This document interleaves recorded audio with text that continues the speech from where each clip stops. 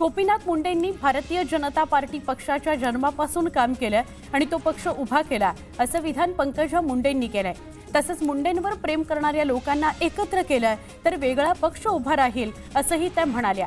नाशिकच्या जागतिक कृषी प्रदर्शनामध्ये पंकजा मुंडेंनी हजेरी लावली, त्यावेळी त्या बोलत होत्या। मंत्री झाले काय नाही झाले काय काही फरक पडत नाही। मी कोणत्याही गुंडाला घाबरत नाही।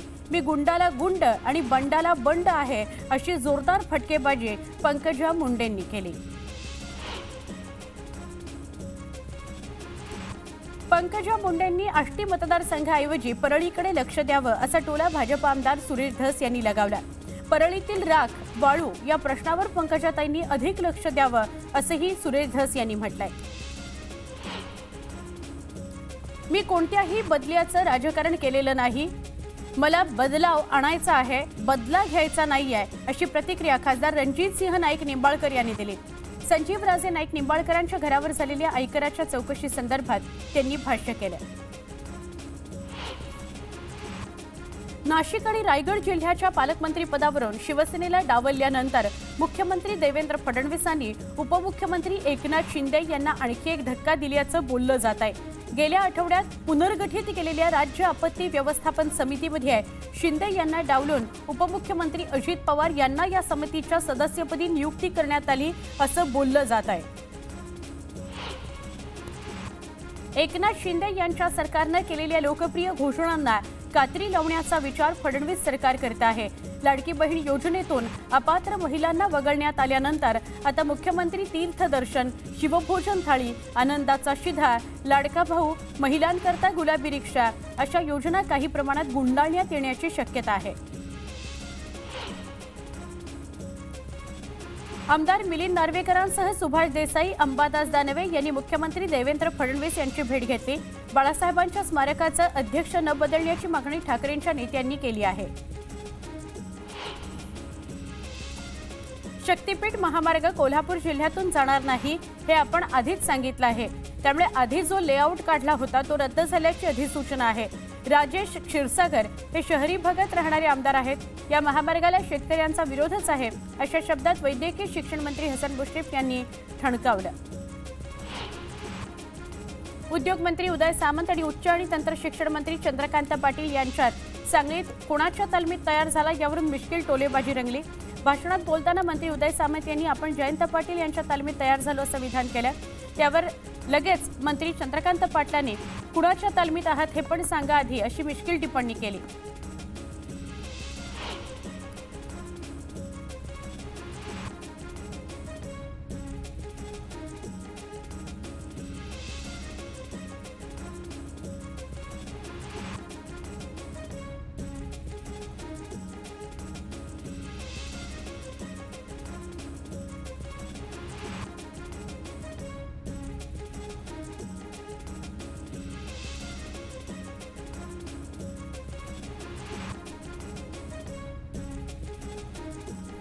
रायगड जिल्ह्याच्या पालकमंत्री पदावरून 7-8 वर्ष संघर्ष सुरू आहे, पण आता वाद न करता हे पद शिवसेनेला मिळावं अशी मागणी योगेश कदमांनी केली आहे।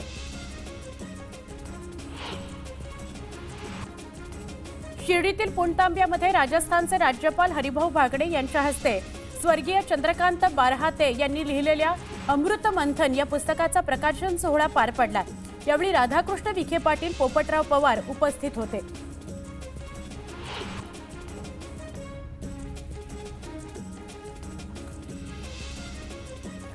बातमी नाशिकमधून। नाशिकमध्ये कृषी महोत्सवाचं आयोजन करण्यात आलंय।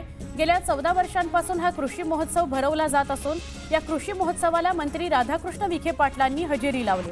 शेतकऱ्यांच्या जीवनात नवा आत्मविश्वास निर्माण करण्याचं अविरतपणे सुरू असल्याचं प्रतिपादन यावेळी विखे पाटलांनी केलं।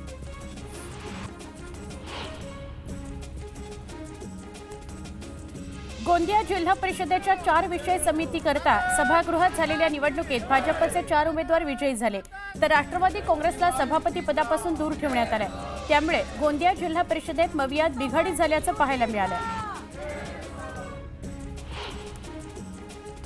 मंत्री भरत गोगावले यांनी संभाजी भिडेंची भेट घेतली।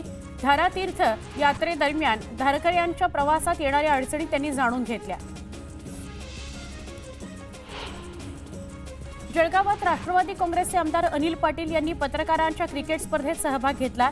यावेळी अनिल पाटील यांनी गोलंदाजी आणि फलंदाजी करत उपस्थितांचं लक्ष वेधलं। केंद्रीय मंत्री नितीन गडकरींकडून दिल्लीत पार पडणाऱ्या मराठी साहित्य संमेलनाच्या अभिजात गीताचं लोकार्पण झालं।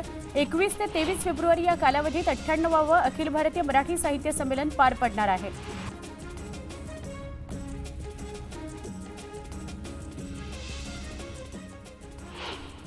एक महत्त्वाची बातमी बघूया। राज्य मंत्रिमंडळाची आज बैठक पार पडतेय। दुपारी 12 वाजता ही बैठक असणार आहे। या बैठकीत राज्यातील विकास कामांसंदर्भात महत्त्वाचे निर्णय होणार असल्याची माहिती मिळते। या घडीची महत्त्वाची बातमी, राज्य मंत्रिमंडळाची आज बैठक आहे।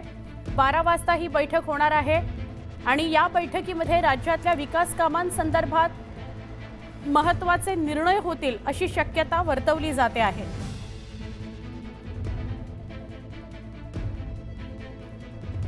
राज्य मंत्रिमंडळाच्या बैठकीमध्ये महत्त्वाच्या विषयांवर चर्चा होत असते आणि लगेचच निर्णय होत असतात।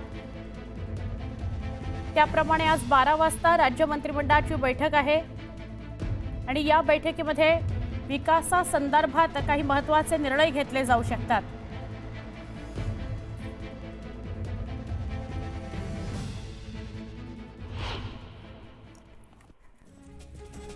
राज्यातील घरगुती वीज ग्राहकांना लवकरच स्वस्त दराने वीज पुरवठा केला जाणार आहे।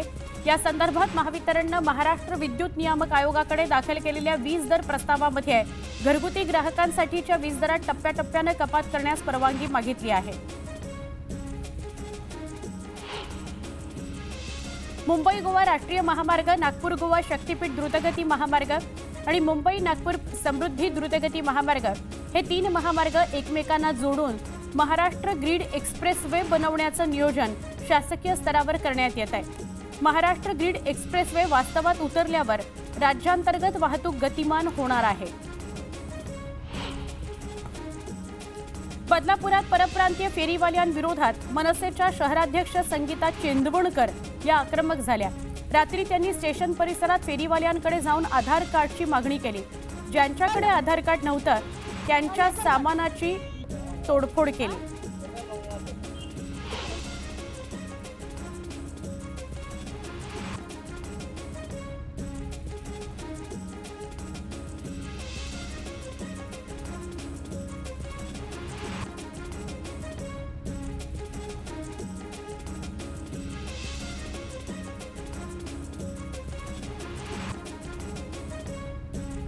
मध्य रेल्वेनं सोमवारी 55 तपासनिसांच्या मदतीनं दादर स्टेशनवर विशेष तिकीट तपासणी मोहीम राबवली।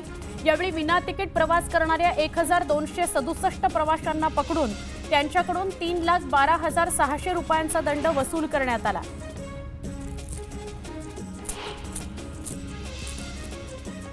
नवी मुंबई महापालिकेने आपल्या कार्यक्षेत्रातील ज्येष्ठ नागरिकांना NMMTच्या मोफत प्रवासासाठी ऑनलाईन स्मार्ट कार्ड योजना सुरू केली आहे। अशा सगळ्या ज्येष्ठ नागरिकांना आता स्मार्ट कार्ड काढण्यासाठी हेलपाटे मारावे लागणार नाहीत। नवी मुंबई महापालिकेने ज्येष्ठ नागरिकांना NMMTतून मोफत प्रवासासाठी स्मार्ट कार्ड योजना जाहीर केली होती। मुंबईकर कला रसिकांचं कलामंदिर समजल्या जाणाऱ्या प्रभादेवी इथल्या रवींद्र नाट्य मंदिराच्या नूतनीकरणाचं काम अंतिम टप्प्यात आहे।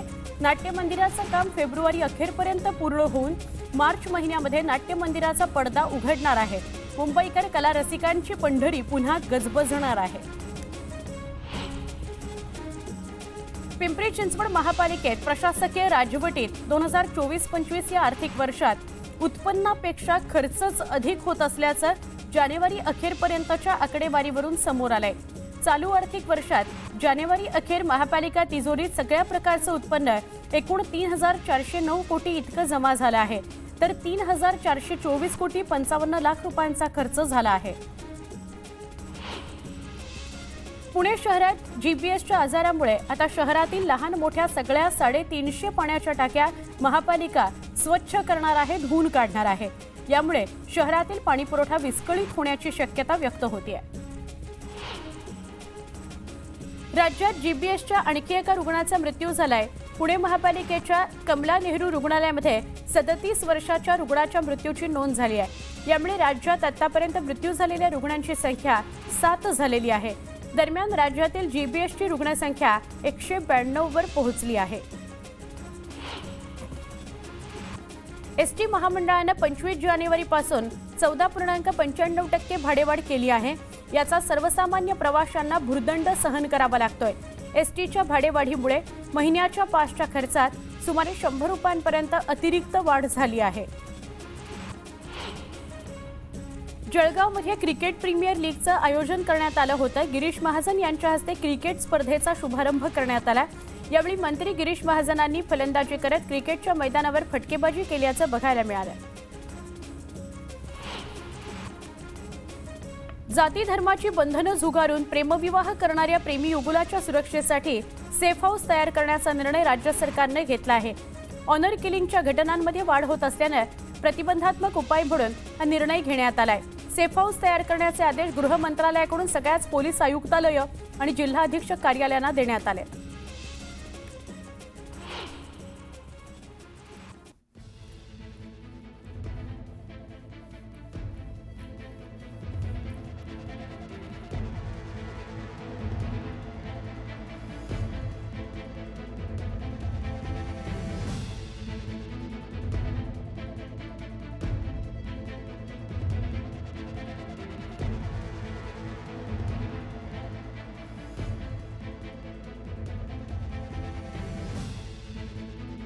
उपमुख्यमंत्री एकनाथ शिंदे यांना महादजी शिंदे राष्ट्रगौरव पुरस्काराने सन्मानित करण्यात येणार आहे।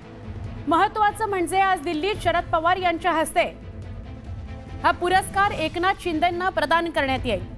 या कार्यक्रमाच्या निमित्ताने अनेक दिवसांनंतर महाराष्ट्राच्या राजकारणातील 2 दिग्गज नेते एकाच मंचावर येणार आहेत। गेल्या काही दिवसांपासून शरद पवार हे राजकारणापासून दूर असल्याचं दिसून येत आहे। अशातच आता शरद पवार हे एकनाथ शिंदे यांच्यासोबत दिल्लीत एकत्र दिसणार असल्यानं या कार्यक्रमाकडे सगळ्यांचं लक्ष लागलेलं आहे। शरद पवारांच्या हस्ते एकनाथ शिंदे यांचा गौरव केला जाणार आहे। पुन्हा एकदा वेगवान स्वरूपातल्या बातम्या। राज्यातील एकूण 8 जिल्ह्यात उद्यापासून 3 दिवस किंचित थंडी जाणवण्याची शक्यता वर्तवण्यात आली आहे। उर्वरित महाराष्ट्रातील 28 जिल्ह्यांमध्ये वातावरणात विशेष बदल जाणवणार नाही। लाल कांदा दरात अद्यापही फारशी सुधारणा झाली नसल्याचं चित्र आहे। सोलापूरच्या बाजारात जैसे थे स्थिती आहे, तर दुसरीकडे लासलगावात मात्र काहीसा दिलासा पाहायला मिळतो आहे। सोलापूर बाजारात लाल कांद्याला सरासरी 1800 रुपये तर लासलगाव बाजारात 2500 रुपये दर मिळाला। पिंपरी चिंचवड महापालिकेकडून 3 दिवसात तब्बल 276 एकर क्षेत्रावरील 1511 अनधिकृत बांधकामं आणि 15 शेड्सवर कारवाई करण्यात आली। उद्योग नगरीच्या 50 वर्षांच्या आणि महापालिकेच्या 40 वर्षांच्या इतिहासातली ही सगळ्यात मोठी कारवाई ठरली। भारतात सोन्याच्या किमतीत मोठी वाढ झाली आहे। 10 ग्रॅम 24 कॅरेटचा सोन्याचा भाव 87,210 रुपयांवर गेलाय। जागतिक बाजारपेठेत चढउतार असतानाही सोन्याच्या किमतीत सातत्याने वाढ होत असल्याचं बघायला मिळत आहे। गेल्या 5 वर्षात सोने भाव दुप्पट झाला आहे। 2021 मध्ये 45,000 असलेलं सोनं सध्या 86,100 रुपये प्रति तोळ्यावर पोहोचलं आहे। त्यामुळे गेल्या 5 वर्षात सोन्यातून मोठा परतावा गुंतवणूकदारांना मिळाला आहे। माघी गणेशोत्सवातील सार्वजनिक मूर्तीचं विसर्जन समुद्रात करण्यास पालिका प्रशासनानं नकार दिलाय। मूर्ती विसर्जनासाठी पालिकेनं व्यवस्था केलेल्या कृत्रिम तलावातच विसर्जन करावं अशी भूमिका पालिका प्रशासनानं घेतली आहे। मात्र 14 ते 15 फुटाच्या मूर्तीचं विसर्जन कृत्रिम तलावात होऊ शकत नसल्यानं अद्याप विसर्जनाबाबतचा तिढा कायम आहे। केंद्र शासनानं निश्चित केलेल्या आधारभूत दरानुसार नाफेड अंतर्गत तूर खरेदी जळगाव जिल्ह्यात 16 केंद्रांवर जाणार आहे। यासाठी 24 फेब्रुवारी दरम्यान ऑनलाईन नोंदणी करता येणार आहे। एक सविस्तर बातमी बघूया। महाराष्ट्र राज्य माध्यमिक आणि उच्च माध्यमिक शिक्षण मंडळातर्फे 12वीची परीक्षा आजपासून सुरू होते।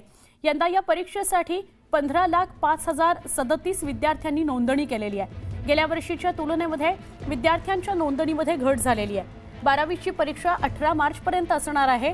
राज्य मंडळाच्या 12वीच्या परीक्षेसाठी एकूण 10,550 कनिष्ठ महाविद्यालयांमधून 8,10,348 विद्यार्थी, 6,94,652 विद्यार्थिनी आणि 37 तृतीयपंथी यांनी नोंदणी केलेली आहे. राज्यातील 3,373 मुख्य केंद्रांवर ही परीक्षा होणार आहे.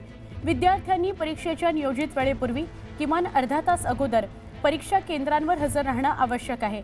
त्यानुसार विद्यार्थ्यांनी सकाळच्या सत्रात 10:30 वाजता तर दुपारच्या सत्रात 2:30 वाजता परीक्षा कक्षात उपस्थित राहणं बंधनकारक आहे. गेल्या वर्षीप्रमाणेच परीक्षेच्या वेळेनंतर वाढीव 10 मिनिटं दिली जाणार आहेत.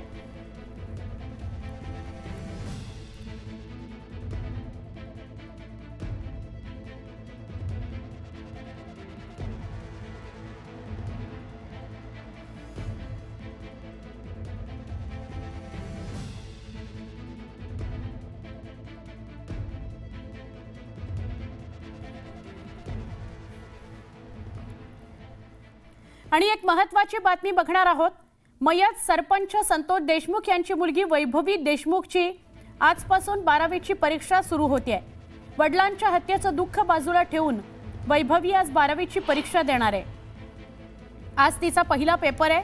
दरम्यान परीक्षेला निघण्यापूर्वी वैभवीने संतोष देशमुख यांच्या प्रतिमेचं दर्शन घेतलं आणि त्यानंतर ती परीक्षेकरता रवाना झाली आहे. आज तिचा इंग्रजीचा पेपर आहे. अहिल्यानगर जामखेड जवळच्या पाडळी या गावात ती परीक्षा देणार आहे.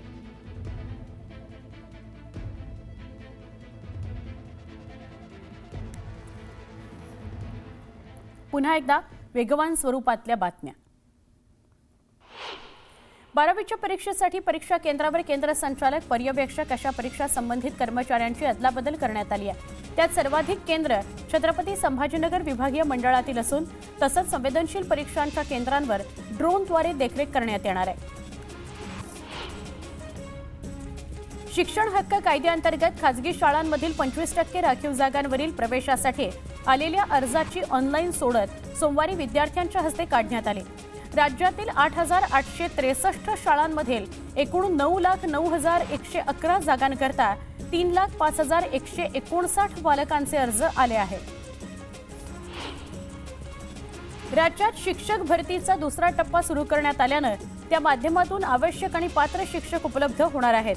त्यामुळे राज्यातील 10 आणि 10 पेक्षा कमी पटसंख्येच्या शाळांमध्ये डीएड, बीएड या पात्रताधारक बेरोजगार उमेदवारांना कंत्राटी तत्वावर नियुक्ती देण्याचा शासन निर्णय रद्द करण्यात आलेला आहे.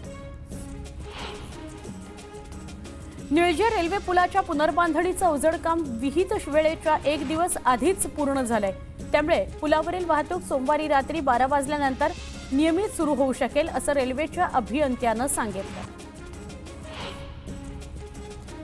वडाळा ते कासारवडवली आणि कासारवडवली ते गायमुख या 2 मेट्रो मार्गिकांच्या मिळून 10 स्थानकांवरून या वर्षाअखेर मेट्रो धावणार आहे. कॅडबरी जंक्शन ते गायमुख मार्गावर ही मेट्रो धावणार असल्यानं ठाणे शहराला डिसेंबर अखेरपर्यंत पहिली मेट्रो मिळण्याचा मार्ग मोकळा झालेला आहे. मुंबई आरटीओ कार्यालयांमध्ये मीटर अद्ययावत केलेल्या रिक्षा टॅक्सीच्या तपासणीसाठी टेस्ट ट्रॅक तयार करण्यात आले.